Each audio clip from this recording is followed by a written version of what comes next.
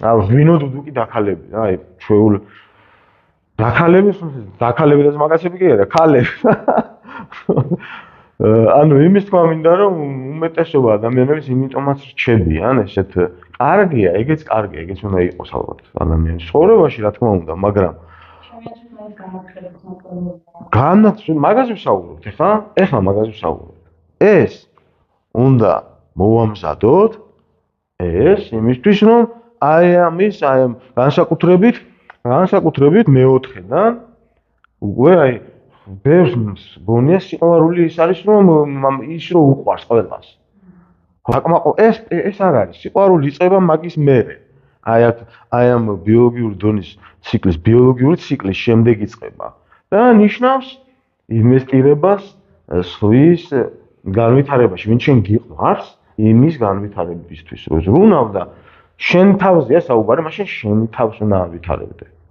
ეს არის სიყვარული. მაშინ გეტყობა შენ რომ შენს თავზე მუშაობ რა. რაღაცა წინ განვითარება გაქვს, წინსვლები გაქვს, მაშინ შენ გიყვარს შენი თავი. ნახე, თუ შენ ამ ყველაფერს იაზრებ შენს თავში, შენ აფართოვებ უკვე ამ ხედვის აპარატს. ეს არის ხედვის აპარატი.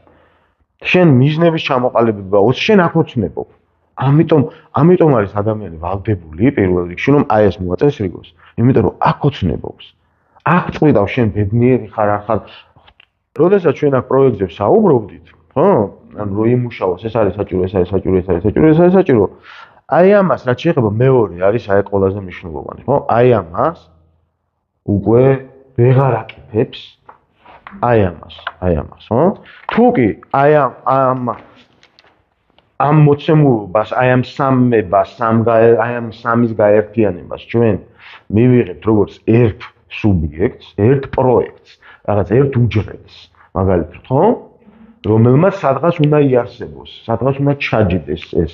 გინდა ბრენდი აიღე, გინდა ადამიანი, გინდა პერსონა აიღე, პიროვნება აიღე. პერსონალური ბრენდი აიღე, გინდა პიროვნება აიღე, ამ კუთხით თუ კი უყურებთ ერთიანობაში, ხო?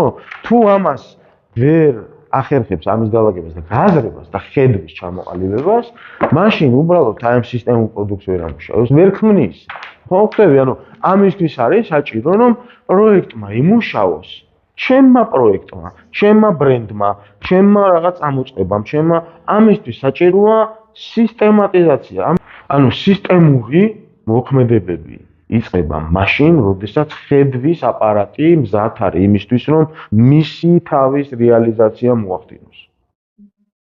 ანუ თუ კი დავიწყეთ იმას საუბარი, რომ ნეირონი არის ნერვული სისტემის ის უჯრედი, რომელიც იღებს ინფორმაციას, მიიღებს, გაანალიზებს, გადაამუშავებს, დააფორმატებს, შეინახავს და გადასცემს.